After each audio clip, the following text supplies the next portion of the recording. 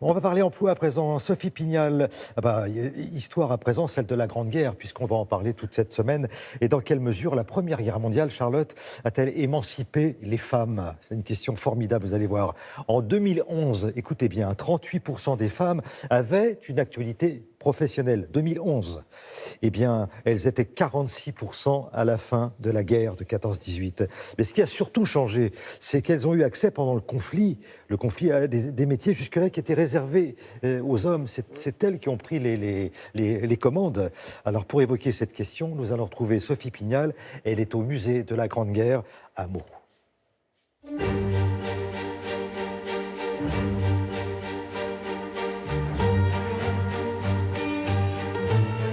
Le musée de Meaux est le musée le plus important d'Europe en termes de collection pour ce qui concerne la Première Guerre mondiale.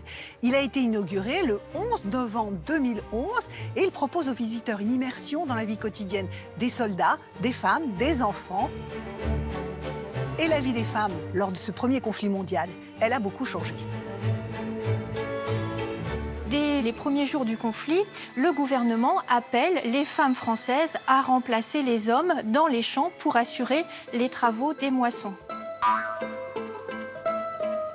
À partir de 1915, on va faire appel aux femmes dans les administrations, mais aussi dans les usines de guerre.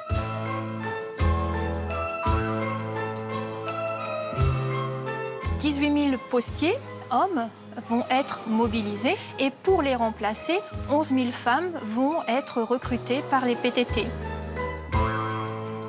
Juste avant le conflit, sont mises en place les formations des infirmières en 2 ans.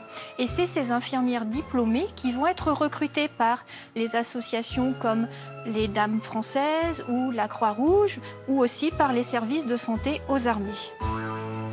Infirmières, postières, agricultrices, employées administratives, les femmes ont exercé des métiers habituellement réservés aux hommes. Pour autant, à l'issue du conflit, ont-elles pu conserver leur activité ? Après la guerre, les hommes reviennent, ils souhaitent reprendre leur travail et dans les usines de guerre, les femmes vont être renvoyées tout simplement. Et en plus, il fallait repeupler le pays et on va appeler les femmes à faire des enfants.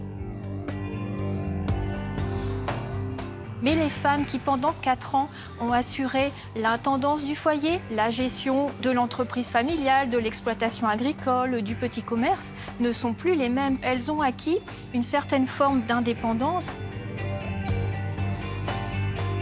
On a gardé les femmes dans certaines industries ou dans certaines administrations parce que la main-d'œuvre féminine était une main-d'œuvre qui était peut-être plus souple et elles étaient moins bien payées. Si les infirmières, les femmes dans les administrations, dans les PTT ont été plus nombreuses à l'issue de la Première Guerre mondiale, il a fallu attendre 1924 pour que les programmes de l'éducation nationale soient identiques pour les garçons et pour les filles, entraînant l'équivalence du baccalauréat masculin et féminin. Le début d'un long combat pour obtenir qu'en 2001 soit inscrit dans la loi l'égalité professionnelle entre les hommes et les femmes. Merci beaucoup, Sophie Pignal.